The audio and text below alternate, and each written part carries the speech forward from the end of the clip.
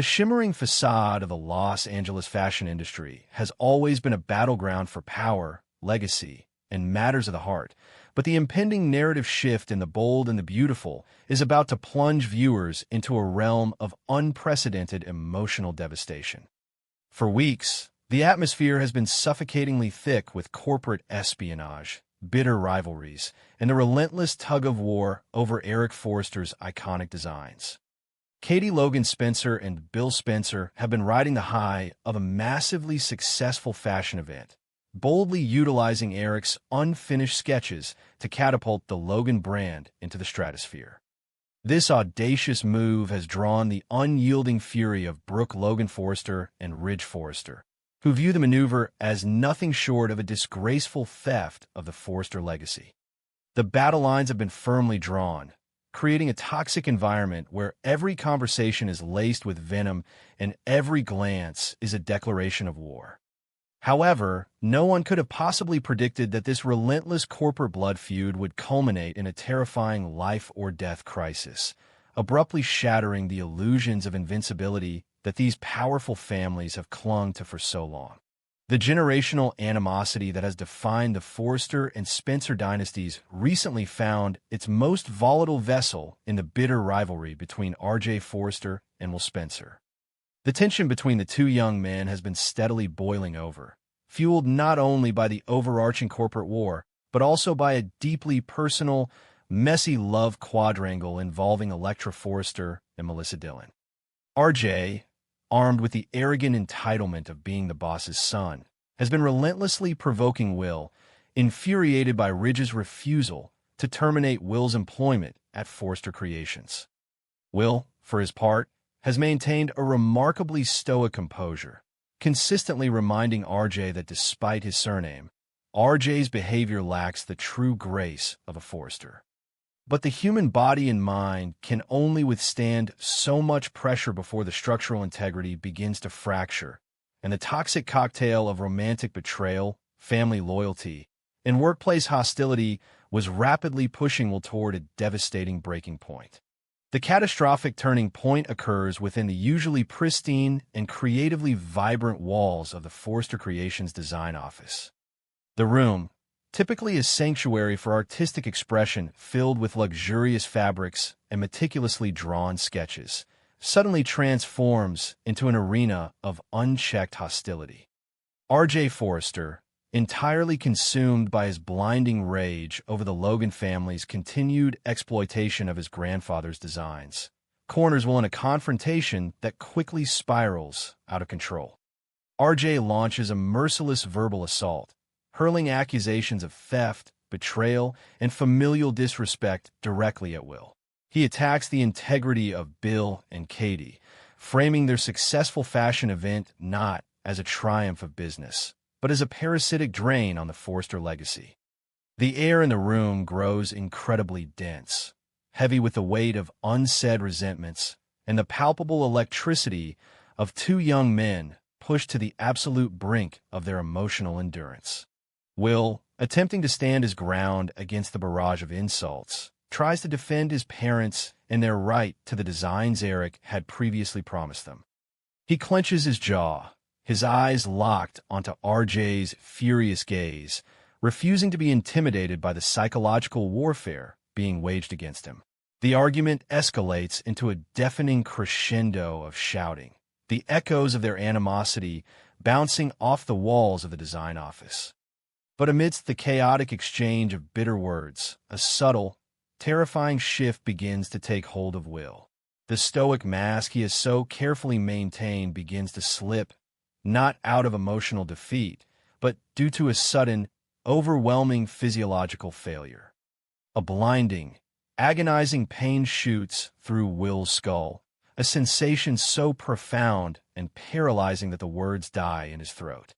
His vision blurs, the vibrant colors of the design office smearing into a sickening kaleidoscope of light and shadow, and a wave of severe dizziness washes over him, rendering him entirely incapable of continuing the fight. Without any warning, the argument is violently silenced as Will Spencer's body completely gives out. He collapses heavily onto the polished hardwood floor, the impact sending a sickening thud echoing through the room. Before RJ can even process the shock of the fall, Will's body goes rigid, and he is immediately gripped by the terrifying, violent tremors of a severe grand mal seizure. The sheer horror of the moment instantly eclipses the petty grievances and corporate squabbles that had consumed them just seconds prior. RJ, whose face is now entirely drained of color, freezes in a state of absolute paralysis, his eyes wide with a primal terror as he watches his rival convulse uncontrollably on the floor. The realization that this is not a game, not a dramatic ploy, but a catastrophic medical emergency strikes RJ with the force of a physical blow. The design office descends into absolute chaos as frantic employees rush in, their screams for help and desperate calls to emergency services shattering the glamorous illusion of Forster Creations. The transition from the opulent halls of the fashion empire to the cold, sterile, and unforgiving environment of the hospital emergency room is a jarring journey into a nightmare. The wailing sirens of the ambulance cut through the Los Angeles traffic, carrying a young man whose life hangs precariously in the balance. Back at the hospital, the agonizing wait begins, a torturous purgatory where every passing second feels like an eternity of suffering. When the devastating phone call finally reaches Bill Spencer and Katie Logan Spencer, the world as they know it instantaneously ceases to exist. The triumph of their recent fashion event, the glowing press reviews, the strategic victories over Brooke and Ridge, all of it turns to meaningless ash in an instant. They rush to the hospital with the desperate, frantic energy of parents facing the unimaginable, their hearts pounding a frantic rhythm of sheer terror against their ribs. The medical consultation that follows is a scene of unparalleled heartbreak, a masterclass in the cruel, indiscriminate nature of fate. The attending physician, wearing a grim expression that offers no comfort, delivers a diagnosis that strikes the Spencer family like a devastating earthquake. Will has suffered a seizure caused by a rapidly growing, highly malignant brain tumor. The doctor explains, in chillingly clinical terms, that the aggressive mass is exerting immense pressure on Will's motor nerves, a biological time bomb that has been silently expanding within his skull. The sheer gravity of the medical reality is suffocating. This is not a superficial injury or a fleeting illness. This is a catastrophic, life-threatening crisis that requires immediate, aggressive, and highly dangerous intervention. The words malignant and brain tumor hang in the air, a death sentence suspended over the heads of the grieving parents. The vibrant, ambitious woman who had just successfully launched a massive fashion empire is instantly reduced to a trembling, weeping mother whose entire universe has been violently compressed into the confines of a hospital bed. The profound, tragic irony of her recent life choices crashes down upon her with crushing weight. She had spent weeks agonizing over sketches, engaging in bitter family warfare with her sister Brooke, and fighting for a piece of the Forster legacy, completely oblivious to the fact that her beloved son was harboring a deadly disease. In the face of Will's mortality, the fashion events, the media buzz, and the corporate victories are revealed to be utterly hollow and insignificant.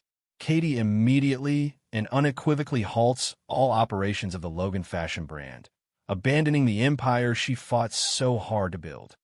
Her ambition is entirely replaced by a desperate, all-consuming need to save her child, her tears soaking into the sterile hospital sheets as she begs the universe for a miracle. Bill Spencer's reaction, however, follows a distinctly different, far more dangerous psychological trajectory. The initial wave of paralyzing shock and profound grief quickly mutates within the crucible of his mind, transforming into a terrifying, uncontrollable rage. Bill is a man accustomed to wielding absolute power, a titan of industry who solves problems with immense wealth, ruthless intimidation, and calculated strategy. But a malignant brain tumor cannot be bought off, it cannot be threatened, and it cannot be negotiated with. This profound sense of helplessness, the realization that all his money and influence are entirely useless in the face of biological devastation, is psychologically intolerable for Dollar Bill Spencer. To cope with the crushing agony of his son's illness, Bill's mind desperately seeks a tangible enemy, a physical target upon which he can unleash the torrential fury of his grief. He fixates on the relentless hostility of the Forrester family, the toxic atmosphere at Forrester Creations, the vicious bullying from RJ, and the overarching stress of the corporate war. Bill convinces himself, with a terrifying, unwavering certainty, that the immense psychological pressure and emotional turmoil inflicted upon will by the Forresters acted as a catalyst, exacerbating the tumor and triggering the life-threatening seizure. In Bill's grief-stricken mind, the Forresters are no longer just business rivals or estranged family members. They're the direct architects of his son's suffering. They're the villains who pushed his boy to the brink of death over petty sketches and bruised egos. This chilling realization gives birth to a dark, unyielding vow of vengeance that promises to alter the landscape of Los Angeles forever. Standing in the sterile corridors of the hospital, his eyes burning with a malevolent, tear-streaked fire, Bill Spencer declares a war that transcends any corporate rivalry ever witnessed on the show. He swears a blood oath that if he suffers any further, if his son's life is cut short by this cruel disease, he will exact a revenge so complete and devastating that the Forrester family will never recover. This is no longer a battle over fashion lines, media coverage, or boardroom dominance. This is a fight for survival, a primal vendetta fueled by a father's broken heart. He will burn their company to the ground, destroy their reputations, and salt the earth upon which they stand. The impending fallout from Bill's declaration of war casts a terrifying, ominous shadow over the entire Forrester clan. Ridge and Brooke, who had been so consumed by their righteous indignation over Eric's designs, will suddenly find themselves thrust into a defensive position against an adversary who has absolutely nothing left to lose. The moral complexities of the situation are staggering. While they cannot be held biologically responsible for a brain tumor, the guilt of their recent behavior, the petty arguments, and the relentless pressure they applied to the younger generation will haunt them relentlessly. They will be forced to look in the mirror and question whether their obsessive protection of a fashion legacy was worth the toxic environment they created, an environment the young man collapsed within. No one will bear the psychological burden of this tragedy more heavily than R.J. Forrester. The image of him seizing on the floor of the design office, the immediate aftermath of his own cruel insults, will become a permanent, agonizing scar on R.J.'s conscience. The arrogance and entitlement that had driven his recent actions will be entirely shattered, replaced by a suffocating, paralyzing guilt. RJ will have to live with the horrifying knowledge that his petty jealousy and relentless provocation were the last things we'll experience before his body gave out. The realization that he was verbally abusing a young man who was secretly battling a lethal brain tumor will plunge RJ into a deep, dark abyss of self-loathing and existential despair. He will become a prime target for Bill's wrath, a living symbol of the Forrester cruelty that Bill believes accelerated his son's demise. This profound narrative pivot elevates the drama to a breathtaking new level of emotional depth and complexity. It forces every character to confront the fragile, fleeting nature of human existence and the devastating consequences of their unchecked hatred. The bitter feuds over fashion designs and romantic entanglements are brutally exposed as trivial nonsense in the face of true existential tragedy. As Will Spencer fights a desperate, grueling battle for his life within the sterile confines of the hospital, the world outside his room descends into a chaotic storm of grief, guilt, and impending vengeance. The battle lines are no longer drawn in boardrooms or on runways, but in the deepest, darkest corners of the human soul. The coming weeks promise a harrowing, emotionally exhausting journey as the Spencer and Forrester families navigate this unimaginable nightmare, leaving viewers holding their breath. The facade of redemption is a notoriously fragile construct, particularly when it is engineered by the masterful and deeply disturbed mind of Sheila Carter. For weeks, the residents of Los Angeles have been lured into a false sense of security, believing that the infamous villainess had finally accepted her defeat in the romantic arena. Sheila has been projecting an aura of serene acceptance regarding Deacon Sharp's blossoming relationship with Taylor Hayes. She has smiled at the happy couple, offered her seemingly genuine congratulations, and played the part of a woman who has gracefully moved on from her past obsessions. Sheila Carter does not surrender. She merely retreats to the shadows to sharpen her claws, and her latest plot is proving to be one of the most insidious psychological attacks in the history of the show. The sheer brilliance of Sheila's current strategy lies in its absolute invisibility. Rather than resorting to her historical methods of overt physical violence or direct confrontation, she has chosen to wage a war of attrition on Taylor's fragile psyche. The terror begins subtly, almost innocuously, with the arrival of an anonymous package at Taylor's pristine home. Unsuspecting, the world-renowned psychiatrist opens the beautifully wrapped box, only to be confronted with a visceral manifestation of her darkest nightmares. Inside, nestled among dark velvet, are chilling reminders of Taylor's most agonizing historical traumas.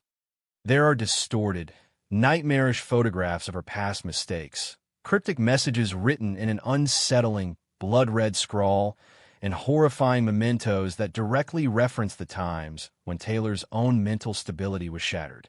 This is not a random act of vandalism.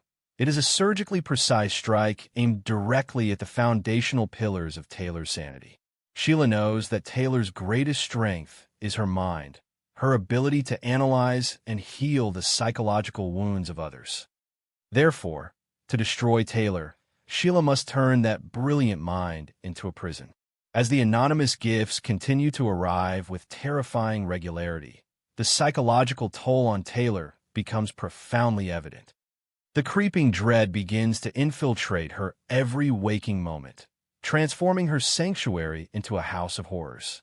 Every knock at the door, every ring of the telephone sends a jolt of paralyzing adrenaline through her veins. The most devastating consequence of this relentless psychological bombardment is the onset of severe insomnia. Sleep, once a vital refuge for Taylor, becomes an unattainable luxury.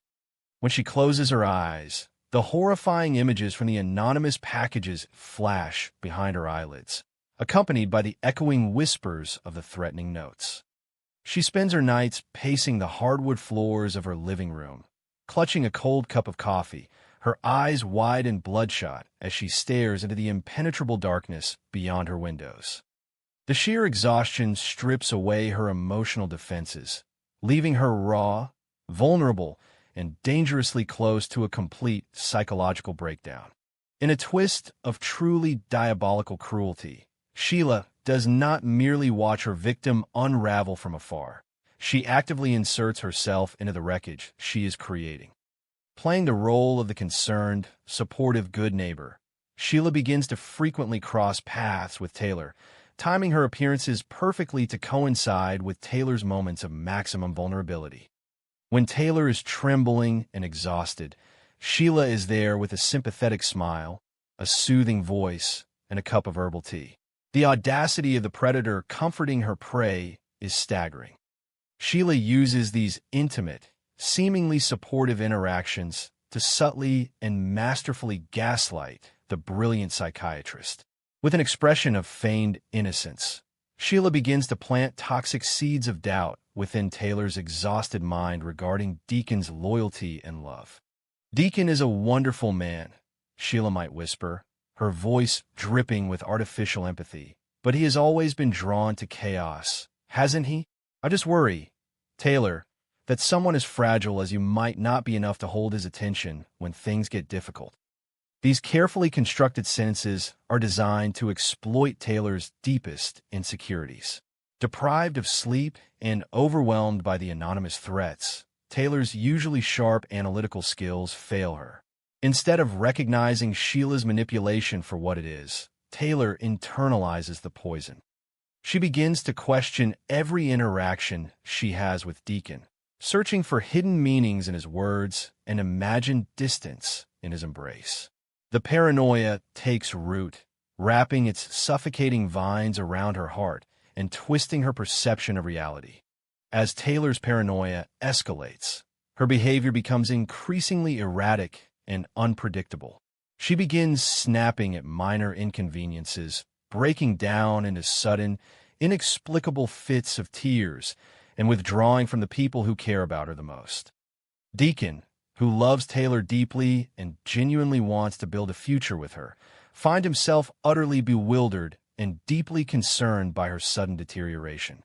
The tragic irony of the situation is that Deacon, blinded by his own hopes for a peaceful future and completely deceived by Sheila's masterful performance, entirely misses the truth of the situation. When he looks at Taylor's erratic behavior, he does not see the desperate flailing of a woman under a coordinated psychological attack. He sees the tragic resurgence of past mental health struggles. He tries to comfort her, but his attempts are often clumsy and inadvertently patronizing, fueled by his mistaken belief that she is simply losing her grip on reality. However, Taylor Hayes is a survivor, a woman who has faced down death and despair multiple times and emerged victorious. Even in her exhausted, paranoid state, a flicker of her innate brilliance remains. A tiny, seemingly insignificant detail in one of the anonymous packages, perhaps a specific type of knot, a rare brand of stationery, or a phrase unique to a certain individual, suddenly clicks into place within her exhausted mind. The fog of paranoia momentarily parts, revealing the horrifying, unmistakable truth. The architect of her torment is not a faceless ghost from her past, but the very woman who has been pouring her tea and offering fake sympathies. The realization hits Taylor with the force of a physical blow. The betrayal, the sheer magnitude of the manipulation, ignites a desperate, furious fire within her battered soul.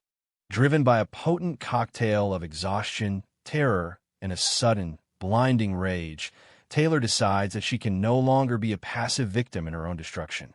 She must confront the monster. She tracks Sheila down, leading to a fateful and terrifying encounter at the infamous Los Angeles cliffs. This location, steeped in the tragic history of the Forrester, Logan, and Hayes families, provides the perfect, ominous backdrop for this ultimate showdown. The crashing waves against the jagged rocks below mirror the violent turmoil within the two women. The howling wind whips their hair and snatches their words, creating an atmosphere of absolute isolation and impending doom.